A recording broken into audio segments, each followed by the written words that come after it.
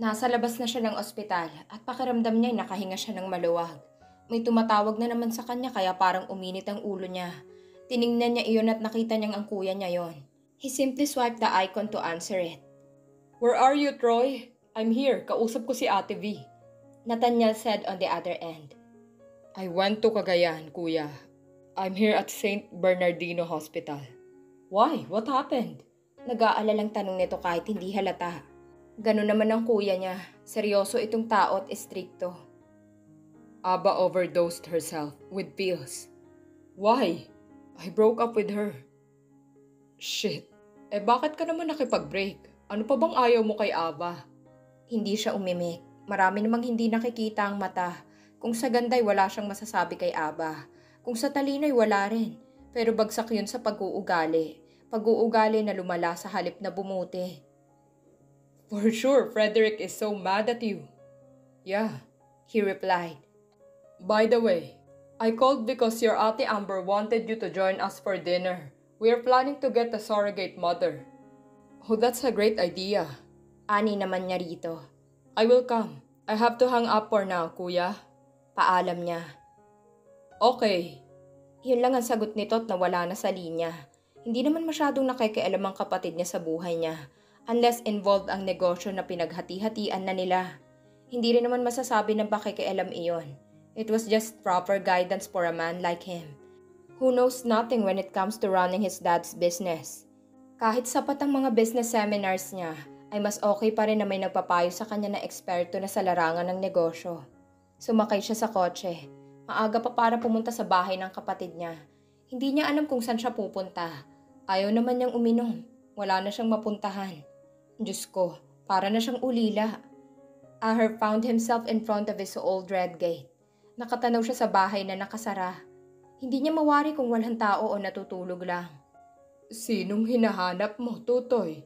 Napatingin siya sa karatig bahay. May matandang babae na nakasilip sa may sliding window. "Si Lola Belen po?" "Naku, umalis sila. Bibili lang raw ng gamot ni Elora. Baka pabalik na rin." "May sakit po siya?" Sinisipon na raw nang umuwi. Baka raw nahawa ng kaklase." "Ikaw ba ang papa niya?"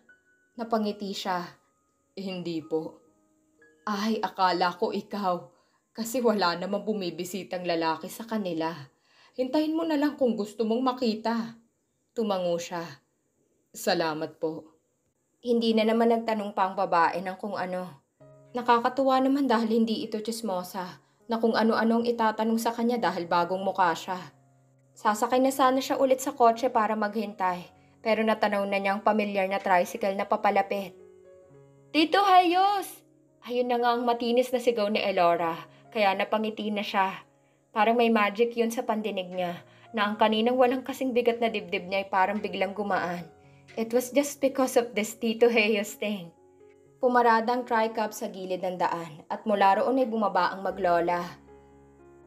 "Kape! Kape!" Parang pagod na sabi ng matandang driver na nakabungis-ngis. Si Elora ay agad na nagpakarga sa kanya at nakita niya na sinisipon nga ito. "Magandang hapon po, Lola Belen." Bati niya sa babae na may dalang bayong. "Magandang hapon naman po, sir." "Aher na lang po. May sipon po si Elora?" "Ay naku, oo. Nakahawa siguro nung kaklase. Paano'y nilalagnat na pala pinapasok pa naman nung ama. Halika, tuloy kayo. Namalengke ako't bumili ng gamot." Nagpatiuna ito sa loob habang ang isang matandang lalaki nakangisi pa rin sa kanya. "Ang poging bata nito, Ate Belen. Kung ganitong manliligaw kay Odessa, papasaba." Sus naman itong si Agosto. Si Sir Aher pang napili. "Nililigawan niyo po si Mama?" Malambing naman na tanong ni Elora, kaya natawa siya ng kaunti. "Magkaibigan sila, apo." Maagap naman na sagot ni Belen, matapos na buksan ang pinto. "Pumasok na kayo, ipagtitimpla ko kayo pareho ng kape." Tahimik silang pumasok sa loob. Pagdating doon ay kinuha agad ni Elora ang isang tablet na nakapatong sa shelf. "Look po, Tito Hayos, kikita ko po si Mami." Excited na sabi ng bata saka binuksan iyon. "Nag-video call kayo?" Nakangiti niyang tanong. Opo, pero unti lang po kasi busy po siya. Meron po silang dance ni na Tito Yolo. Dance? Kunwari excited naman na tanong niya at saka tiningnan ng screen na hawak nitong gadget. Naku, pasensya ka na sa kakulitan niyang bata, Aher. Agad naman nahingi ng paumanhin ni Belen. Okay lang po. Dinampot ng binata ang face towel at pinunasan ng ilong ni Elora. He earned a big smile from her. Diyos ko, saan ba niya nakita ang ngiti na ito ng bata? Eto po! Bulalas nito. Nakita niyang grupo ni Kiana. Itong nag-iisang babae, syempre. Nasa gitna ito, kasamang 4 na kalalakihan. Suot pa ng mga itong one-piece suit sa survival. Nakalagay sa caption ay pick to carrots. Pickpock muna after ng successful survival. Ang account ay pagmamay-ari ng isang @YOLO. .5. They were dancing to a tune of Say Yes. Napatitig siya kay Kiana. She was so damn lovely. Hindi ito gaanong kamukha ni Elora, pero parehas na magandang mag-ina. Paulit-ulit yun na pinatugtog ni Elora, at siya'y nakatunga nga rin. Tiningnan niyang bawat isa sa video, pero mas nakapoko siya sa mukha ng dalaga. She looks so shy, but so cute. Her moves are so damn timid. But in the end, she made a wacky face. Nasisiyahan siyang manood. Hindi niya alam kung kaninong account ang gamit ni Elora at nagkaroon siya ng pagkakataon na mahawakan ng gadget. Ang account ay pag-aari ng dalaga. Naka-open iyon sa tablet. May mga nakasave roon na videos pero kahit na natutukso siyang mag-usisa ay hindi niya magawa. Your mama passed the test. That's why she was happy. Dancing with her friends. Mayaman na po si mama? Agad na tanong ni Elora kaya natawa siya. Hindi na tuloy siya nakapagpasalamat kay Belen nang inilapag ng matanda ang tasa ng kape sa center table. Iyayaman na si mama at kasama ikaw. Ginagawa ng mama mo ang lahat para maging magaling at makapasa. Aniya sa bata dahil iyon naman ang totoong nakikita niya kay Kiana. He saw how determined she was to do her best and able to pass. Malayo ang mararating ng dalaga at siya man ay paborito na rin iyon sa lahat. Suminghot si Elora at pinunas ang mga mata. Muli niyang pinunasan ang ilong nito. Blow, baby. Sumunod naman ito kaagad. Nakikita niyang matamlay ang mga mata nito pero parang wala namang lagnat. Hindi ba masama ang pakiramdam mo? Sisipon po ako. Yun ang sagot ni Elora. Sad po ako kasi wala si mama. Naiiyak na ito bigla pero mukhang pinipigil ang sarili. Kinakalong kasi siya ni Kiana sa tuwing sinisipon siya. Nakasandal lang sila kapag natutulog. Ani naman ni Agosto sa kanya. Ganun po ba? He nodded. Uuwi rin si mama. Gagaling ka na rin. Saka andito naman si Lola Belen. Hindi ka niya pababayaan. Isisave ko na lang ang number ko rito para kapag masama ang pakiramdam mo ay tatawagan mo ko. Wala naman po akong load. Sumimangot si Elora kaya natawa siya. I'll buy you load. Here's my number, ha? Ang pangalan ko ay Aher. He said while typing his number.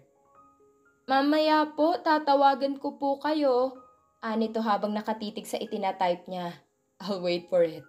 Maagap naman na sagot niya para mawala ang lungkot nito dahil inalis na din itong pagkaaligaga niya. Hindi niya akalain na isang bata ang magpapawala nun. At utang na loob niya yun kay Elora. Muli siyang tumitig sa malaanghel na mukha nito. Tapos ay pinagmasdan kung paano ito dahan-dahan na kumurap. Kung sino man ang ama nito, pihadong magandang lalaki. Try to change your plan, Ate Aba. Yun ang payo na lumabas sa bibig ni Olive nang lumabas si Frederick sa kwarto ng ospital. Kakalak lang nito ng pinto.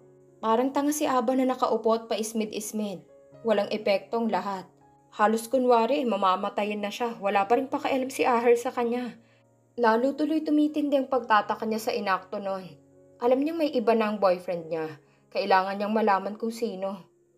What do you want me to do now? Paasik na tanong niya sa nakababatang kapatid. Why not try to be kind to him and please him? Nag-boyfriend ka ba naman ng billionaire? Plus super pogi, tapos araw-araw kang galit. I have reasons and those were valid. He just didn't understand. O di ano nang gagawin mo? I'm out of plan. Pag-iisipan ko pa. You better, ate. Baka si dadang mamatay sa ginagawa mong pagpapanggap na ganito. He was so freaking worried about you. I feel so guilty. Hinirapan ni Aba si Olive. Dad will understand if he discovers this. You don't have to feel guilty.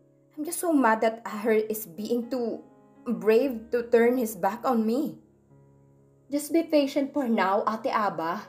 Mas maganda siguro talaga na baguhin mo ang style since this never worked.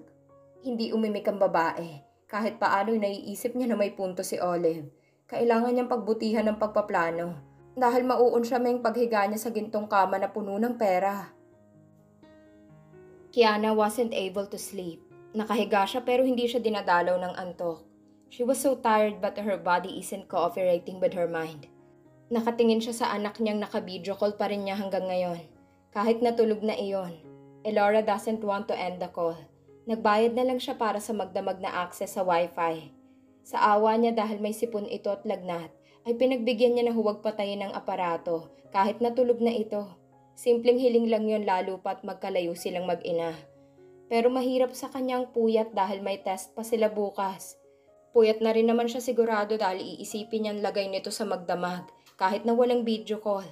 Mas mainam pa rin na ganito dahil nakikita niyang lagay ng bata. Walang inang nakatutulog ng mahimbing kapag may sakit ang anak. Paranoid pa naman siya kapag si Elora ay may sakit. Alerto siya sa mga ganoong pagkakataon kahit na ba wala silang pera. Ang dami nitong kwento sa kanya kanina tungkol kay Aher. Naroon na naman daw ang boss nila kanina at pinasyalan ng anak niya. Walang humpay nga ang tukso sa kanya ni Mang Agosto pero hindi naman siya nagpapadala. Mahirap na magkagusto siya sa isang lalaking tulad ni Aher. She's a single mom. Isa pa napakaganda ng girlfriend noon kahit na may ugali. Saka maraming dahilan kaya ayaw niyang magkagusto roon. He is a boss while she is a servant. Sa unang tingin pa lang ay makikita na kung anong klase ng buhay meron si Aher. Isang buhay yun na hindi naghihirap. Ang dami sa kanyang bida ni Elora. Sabi daw ni Aher ay isasama raw iyon sa isang golf court. Hindi niya alam kung iyon ay totoo. Pero mukhang walang salita si Aher na hindi naman tinutupad. Ang hindi niya alam kung ipagkakatiwala niya ang anak niya. Kung sakaling dumating man ang sandali na ipagpapaalam ni Aher para ipasyal. Ramdam niyang napapalapit ang kalooban ng anak niya sa lalaki. Si Nayolo matagal na niyang kaibigan pero hindi ganitong attachment ng anak niya. Natatakot siya na baka masaktan lang ang bata kapag lumaon. Pero ano naman ang gagawin niya? Ang magpaka-killjoy at pigilan ng bata na maging masaya? She was being deprived when she was still a kid. She doesn't want her daughter to feel the same. Only that she will talk when everything's too much for Elora. Maya-maya ay kinuha na ng Lola Belen niya ang tablet. Hindi ba natin ito papatayin, Apo? Tulog na siya. Hindi po, La. Baka po umiyak siya kapag nakita niyang wala na ako sa screen. Pinatawas niyo na ba siya, Lola? Bukas, ipatatawas ko. Tumango siya. Nakita niyang hawak ng matanda ang thermometer at dinikit nito malapit sa noon ni Elora. Sa tuwing may lagnat ito, ay may listahan siya at oras-oras niyang tinitingnan ng lagnat. Kapag halos umabot na sa 39 degrees, punas na siya ng basang bimpo sa likod ng tenga, kilikili, likod ng tuhod. Tapos ay agad niyang pinupunasan ng tuyong tuwalya para hindi manginig ang anak niya. Kapag ganito na malayo siya, naiiyak siya. Wala siyang magawa kung hindi tumingin lang. Hindi niya alam kung makakapag-focus siya bukas o mapapanatag ba ang loob niya. Parang bigla gusto niyang umuwi. 38 lang ang lagnat, Apo. Kanina pa naman ito ganito, hindi naman tumataas. Imporma ni Belen kay Kiana. Magpahinga ka na at ako nang magbabantay. Mamaya naman ay si Agosto raw. Kami nang bahala kay Elora. Naluluha siyang napatango kaya tumungo siya. Kakayanin kaya niyang malayo ng matagal sa anak niya kung siya'y totoong magbabarko na? Her determination suddenly went out of shape. Para siyang nawala ng interes na magpatuloy sa training. Parang gusto na lang niya na alagaan ang anak niya. Umiiyak ka ba, Kiana? Tanong ng lola niya sa kanya. Umiling siya. Sus, wag mo akong pagtaguan dahil kilala kita. Napahikbi na lang siya. Kasi ang hirap pag ganito. Wala nang ang tatay si Elora, tapos wala pa ako. Nauunawaan naman ng anak mong pangangailangan yung mag-ina. Alam naman niya na ikaw lang ang nagsasakripisyo sa kanya. Huwag kang panghinaan ng loob dahil sa simpleng ganito. Hindi ko naman siya pababayaan. Kaya ko pa, apo, kaya magsumikap ka lang. Kapag talagang tumaas ang lagnat niya, dadalhin ko sa ospital. Maraming libre na ospital. Nariyan naman ang tiya mo at kahit paano matutulungan tayo. May sahod naman yun sa pagtuturo sa Catholic school kahit papano. Tumango siya pero nasa puso pa rin niyang pag-aalala. Opo, Lola. Nagtuturo kasi ang tiya niyang madre sa isang private school. Nagtuturo sa mga batang hindi marunong magdasal at taliwas ang isip sa katotohanan tungkol sa Diyos. Yun naman daw ang gratifikasyon ng eskwelahan sa pagod ng tiyahin niya. Matulog ka na. Sige na. Opo, La. Matamlay na sagot niya. Pinilit na lang niyang pumikit para makatulog siya. Baka sakali magawa niya kahit lagpas bumbunan ng pag-aalala niya sa anak. Nagising si Kiana ay wala ng video call. Agad siyang napabalikwas ng bangon at tiningnan ng smartphone niya. There was a text. Dinala ng lola niya si Elora sa ospital dahil tumaas daw ang lagnat nun sa 40. Parang binomba ang puso niya sa pag-aalala. Agad siyang umiyak. Gusto ko nang umuwi. Umiiyak na sabi niya. Wala na siyang maisip na kahit ano pa. Kahit na gumasto siya sa pasahe sa barko ay di bale na. Hindi niya maatim na hindi makita ang anak niya. Ang mas ikinatatakot niya ay bakit sabi ng lola niya na namamanas si Elora. Ni nakapaghilamos siya ay hindi. Agad siyang lumabas at kumatok sa cabin ng mga kaibigan niya. Si Ronnie ang nagbukas sa kanya. May hawak pa itong sipilyo. Kiana! Anito't parang napatulala sa itsura niya. Agad na pumihit si Nayolo at iba pa para tingnan siya. Uuwi na ako. Nasa ospital ang anak ko. Sasakay na lang ako sa eroplano papuntang Maynila. Gusto ko nang umuwi. Ani at ang lakas-lakas ng iyak niya. Bumukas ang isang pinto sa isang suite at sumilip doon ng kanilang trainer. What's going on, Miss Pedrosa? Malumanay na tanong ni Lex sa kanya. Sir, please po. Gusto ko nang umuwi. May sakit po ang anak ko. Kailangan niya po ako. Pakiusap niya agad nang lingunin niya ang lalaki. Hindi agad yun nakaimik at tiningnan lang siya. There are consequences when you do that, Miss Pedrosa. When you leave the training, there's no turning back. This is not an ordinary internship. Alam ko po, sagot niya. Gusto ko pong makita ang anak ko. I'll give you an update. Calm down. Kalmado na utos nito sa kanya. Take this as example of sinking ship. You must not panic. Wala siyang pakialam kung siya man ay bumagsak. Anak niyang pinag-uusapan. At kahit na ilang pagsakay sa barko pang magagawa niya sa hinaharap. Hindi nun kayang tawaran ang pagiging ina niya sa kaisa-isa niyang anak. She wants to go home and her decision is final. Naramdaman niya ang kamay ni Yolo sa kanyang balikat. Niyakap siya ng mga kaibigan niya. Gagaling din si Bibi. Kapag ginib up mo to, paano na? Yolo said to her. But her mind is so hazy. Her heart is panicking. Nag-aalala siya na may malubhang sakit ang anak niya dahil namamanas. Hindi namang nakakamanas ang simpleng sipon lang. Hindi siya nakaimik pero talagang ang parte ng kanyang katawan ay gusto nang bumalik sa Manila. Huwag na natin siyang pahirapan. Kung anong mas feel ni Kiana, hayaan natin siya. It's Elora anyway. Ani naman ni Sixto. Parehas na may punto ang dalawa kaya mas lalo na siyang nalito.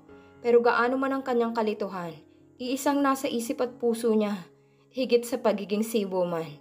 Si Elora.